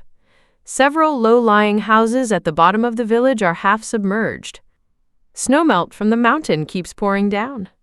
The real problem is the reservoir dam on the back hill. The water level in that reservoir will overflow soon. The dam cannot hold much longer. If it breaks, Hale Hollow takes the hit. The only option is to go up. After lunch, Wren hikes up to check. The dam's retaining wall has not been maintained in years. Mud seeps through in places. Cracks thread through the concrete. The wall was built solid once, but after the long winter, the water level has surged. Runoff from the mountain keeps feeding into it. Collapse is not a question of if, only when. At least the temperature is rising now. The killing cold is behind her. Wren heads home and starts packing. Then she stops. This house, she and her grandparents lived here for more than a decade. Leaving it to be washed away feels wrong. Better to store it in the vault. She sets down what she is holding. She walks the perimeter. Once the rough dimensions are fixed in her mind, she stands at the front door and pulls the entire structure into the vault. The house dissolves, piece by piece, flashing like mosaic tiles before her eyes, and vanishes. Wren looks down at the flat ground. Only the foundation slab remains. When the dam breaks, even that will be washed clean. She pulls the RV from the vault and follows the concrete road winding up the back hill. At the top of this mountain, a farming family once maintained a large bayberry orchard. They paid to pave a concrete road all the way to the summit. Every bayberry season, people drove up from Millwater and Kestrel City to pick fruit here. When the rescue team came through, the family left with the convoy. The property has been empty for over 3 months. Half an hour later, Wren reaches the edge of the bayberry grove. Before the freeze, the owners maintained these trees carefully. Even at dozens of degrees below zero, they did not let the villagers cut them for firewood. Looking out, the entire mountainside is nothing but bare bayberry trunks, stripped of leaves, but still standing. Past the tree line, a chain-link fence with razor wire blocks the road on both sides. Wren climbs down, cuts the padlock with bolt cutters, swings the gate open, and drives the RV through. The road winds upward through the orchard. At the top, a 2-story villa standing in the center of the bayberry grove. Next to it, a fully paved parking lot. There is even a toll booth. Wren dismounts, snaps off the barrier arm, and parks the RV inside. A dusting of snow remains at the summit, but in the short time since morning, the temperature has climbed to 46 degrees. Wren checks the thermometer on the dashboard. She pulls the solar panels from the vault. Once these are installed, the RV's power supply is solved for good. She unfolds the access ladder and climbs onto the roof. The RV has a retractable platform up top, controlled from the console, that can open fully or seal the panels out of sight. She works through the installation. As the temperature continues to rise, she peels off her cold weather layers. Underneath, the red sweater Granny Hale crocheted for her. By late afternoon, the panels are in place. The moment the power connection locks, every light inside the RV flickers on. The bed is the retractable loft, pinned flush to the ceiling, leaving the interior open and wide. Beneath the loft sits a square table and a U-shaped sofa. A short passageway connects to the cab. Behind that, a bathroom, an oversized storage closet, and a full kitchen. The shower is built into the bathroom. At the very back, a second retractable bed. Single. Wren makes the beds, hits the switch to raise the loft, then fills the closet. Extra sheets, blankets, pillows for the single, and a few sets of summer clothes. The kitchen has everything. The double-door fridge is empty. Wren stocks it from the vault. Vegetables, fruit, drinks, no store-bought snacks. Just the spicy jerky strips she taught herself to make, assorted dried nuts, crackers, and a few pastries. She loads frozen pork and beef into the freezer compartment. She fires up the stove. Induction cooktop below, range hood above, oven mounted above that.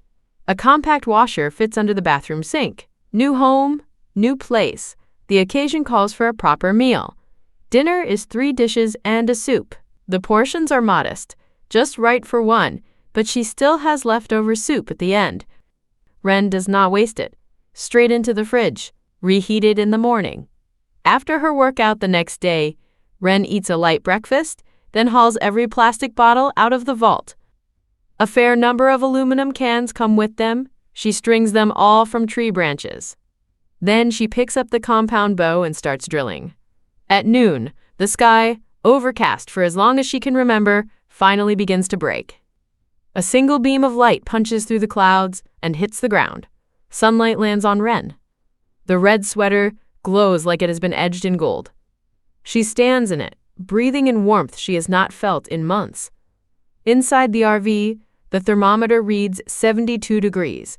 The heat is climbing fast. The people still surviving out there may not have realized it yet. Wren wipes the sweat from her forehead and steps back into the RV. After a shower, she tosses her clothes into the washer. Her RV is the off-road expedition model. The body panels are UV resistant. The windows are bulletproof glass, reinforced with a protective layer. No need for AC yet. She eyes the bottles hanging from the trees. Shot through. Everyone. Finishes her afternoon session and takes them down. No point leaving them up. They are done. That night, deep in sleep, a thunderclap rolls up from the valley. Wren opens the RV door and steps out. Total darkness. But the roar of water rushing below the mountain tells her everything. The reservoir dam has broken. The water is surging down the slope. Violent, unstoppable. Nothing stands in its way. Wren leans against the parking lot railing and looks down. Through the dark, she can make out headlights, vehicles racing uphill from the base of the mountain. They are moving fast. Too dark to see anything but the lights. 15 minutes later, the vehicles reach the top. When the drivers see Wren standing in the parking lot, they freeze for a moment. Their vehicles are RVs as well. They park a short distance behind hers. The lot at the summit is spacious enough. 8 RVs total, assorted sizes. But none of their rigs have the same level of protection as Wren's. They are all people who stayed behind in Kestrel City. Many in the city never received word about the refugee zone, so a significant number never left. Wren watches the floodwater churn below. A boy runs up and plants himself beside her, both hands gripping the railing. "So much water," he keeps saying. Wren looks toward where her old house stood. The floodwater has swallowed it. On the narrow concrete road below, over a dozen flashlight beams click on. In the sweep of light, figures. Dozens of them. They are running uphill as fast as their legs will carry them. "Mom! Mom, look! There's so much water down there." The boy grins. Innocent, excited. His clothes are clean. Round cheeks. Full of life. His family has clearly done well through the freeze. His mother wears a long silk dress with a feathered shawl draped over her shoulders. A kind face. She carries herself with quiet grace. The woman gives Wren a gentle smile, then pulls the boy back toward their RV. Wren glances at the vehicle, top of the line. The interior is spacious, and through the window, another woman is busy working inside. This family has money. Wren does not stay to watch the flood. She goes back to the RV to sleep, but with this many strangers around, she does not let herself go under too deep. Lights off. She lies on the bed and waits. About half an hour later, the noise starts. The people from the base of the mountain have arrived. Most of them are probably Kestrel City residents, the ones who never got word about the refugee zone and stayed behind. The villa that the bayberry orchard owner left behind gets its lock broken. A crowd pours inside, claiming rooms. Some of them have brought tents and set up camp in the parking lot instead. Wren checks through the window. Several tents now stand right beside her RV. Shadows move underneath. After a shallow night's sleep, Wren does not leave the RV the next morning. She raises the windows and watches a movie inside. The soundproofing is solid. She avoids cooking anything with a strong smell. At noon, she does a quick yoga session, then takes a nap. In the afternoon, fragments of conversation drift in from outside. Wren hums softly to herself and preps her ingredients. Goji berries, yams, Job's tears, red dates, sliced ginger, some pork tripe, some fresh chicken. Dinner time now. The parking lot fills with the smell of food from every direction. A potluck with no host. Wren's tripe and chicken stew blends right in. No one can pick it out, and the smell is not strong enough to turn heads. She mixes a dipping sauce and eats inside the RV. After dark, she steps out and leans on the railing again, looking down. The water is weaker than last night, but still flowing toward Millwater. The reservoir connects to underground river channels. It will probably keep running for a few more days. To the left of her RV, a young couple. They look 18, maybe 19. To the right, a middle-aged husband and wife with 2 small children. The young couple is eating dinner, a single portion of spaghetti split between them, half each.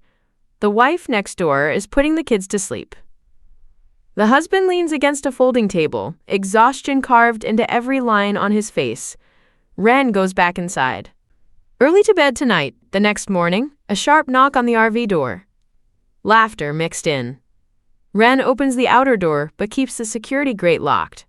Her eyes size up the people standing outside. The man in front cranes his neck, trying to see past her into the RV, searching for something. When he finds nothing, he finally asks, "This rig, it's yours?" "Yes. What about it?" Wren studies the 4 of them. 3 men, 1 woman. No problem at all. Just, your ride is seriously impressive. Didn't expect the owner to be a girl. Let's get acquainted. A lazy grin on his face. But he carries it with confidence, because that face of his, it is a good one.